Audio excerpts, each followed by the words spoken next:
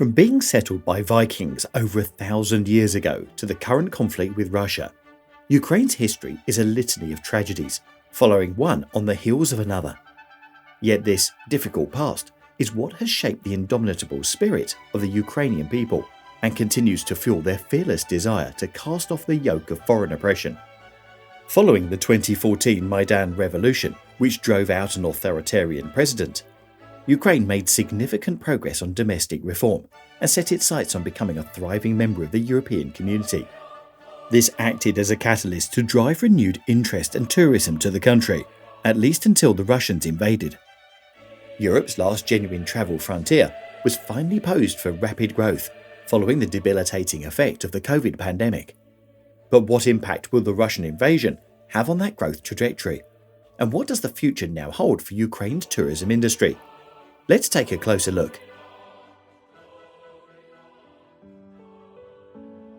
With low-cost travel and accommodations, pre-war Ukraine was attractive to both European and overseas travellers. Many of the historic cities are both rich in culture and heritage sites, while still offering all the modern amenities visitors expect from European destinations.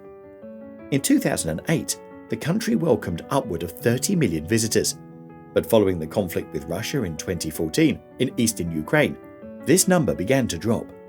Just 3 million tourists visited the country in 2021, and given the ongoing war with Russia, that number is expected to drop even further by the end of 2022. Kyiv, the capital of Ukraine, was first settled in the 5th century as a centre for trade. Located on the Dnieper River, one of the longest in Europe, it allowed for easy movement of trade goods. The city has a highly developed riverfront with restaurants and galleries. River tours and paddling are especially popular among tourists and locals alike for viewing the fascinating scenery of the right and left bank of Kyiv. Sites include the stunning domes of Kyiv-Perchesay-Lavra, the beautiful Vyudebetsky Monastery, the magnificent St. Andrew's Church, and the Magdeburg Rites Column. Kyiv acted as the gateway between northern Europe and the Mediterranean Sea. In the 9th century, the Vikings conquered the region, setting up the Kievan Rus, the world's first Slavic state. Invaded by the Mongols in the 13th century, Kyiv fell from primacy as the symbolic centre of Kievan Russia, but rebuilt itself and remained a major city power for centuries before eventually becoming the capital of the newly independent Ukraine in 1991, when the country declared independence from the Soviet Union. With such a long and intriguing history, the city is a magnet for history buffs and romantics. In the western part of the country, you will find the Carpathian Mountains, giving home to outdoor tourism such as hiking, backpacking, and whitewater rafting. In winter, the mountains are also home to many ski resorts, making Ukraine's tourism industry a year-round affair. The south of Ukraine borders the Black Sea. In the Odessa region, Black Sea beaches before the war were especially popular with Russian tourists. Historical and cultural sites in Izmail, Chornomorsk, Bilhorid-Dnistrovsky, Vilkova, Kililia, and Shabo all attracted droves of tourists, along with large cities to the north, like Kharkiv. Efforts were also underway prior to the invasion to position Tozome Estuary's National Nature Park, which hugs the coast of the Black Sea between the Danube and Dniester rivers, as an eco-tourism destination. Boasting a network of 13 estuaries, the national park is home to 262 species of birds. Today, beaches in places like Odessa are off-limits as the Ukrainian military has rigged them with mines to fend off any attempted landings by Russian forces, and Russian airstrikes have left many tourist hotspots in the country destroyed. Inbound tourists are now only journalists, people from international relief organisations, refugees, and foreign soldiers fighting in solidarity with the country's military. Ukraine's tourism industry is contributing to the war effort the best way it knows how. Tour buses that once moved tourists around the country now transport soldiers to the front line and the injured ones to makeshift hospitals.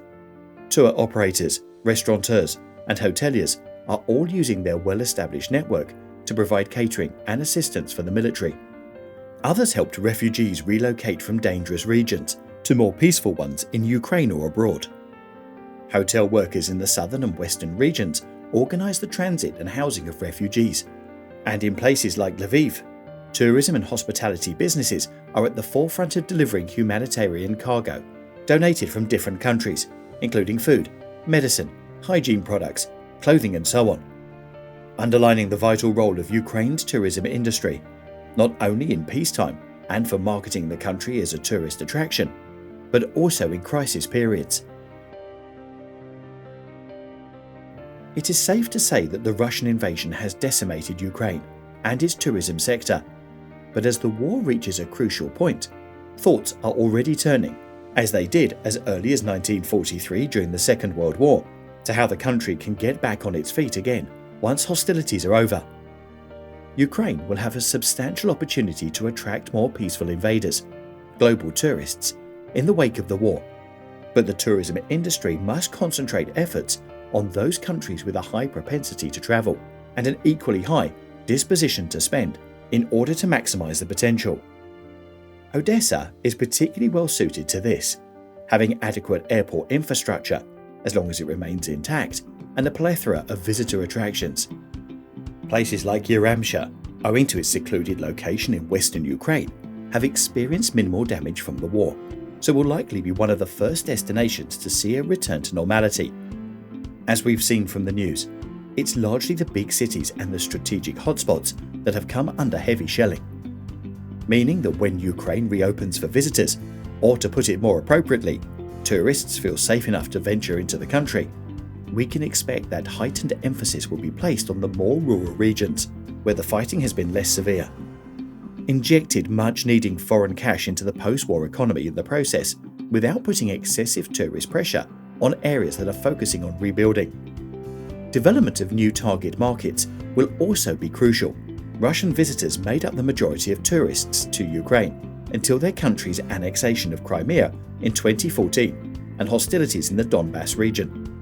Their numbers have since decreased by 95%. Regaining that lost cash flow from new markets will require a concerted and targeted marketing effort by the country's tourism sector.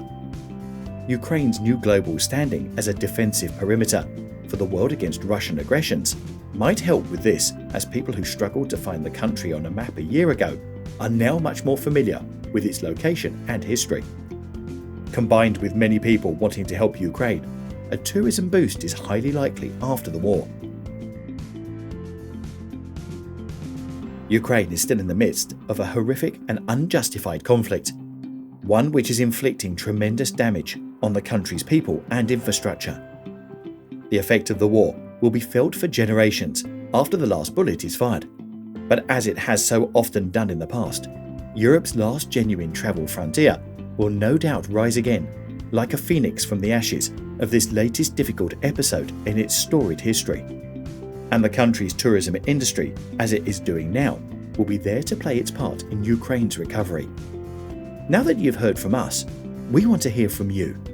What do you think we can expect from the future of Ukrainian tourism? And how long do you think it will take the country to bounce back from the conflict? Be sure to let us know your thoughts in the comments below.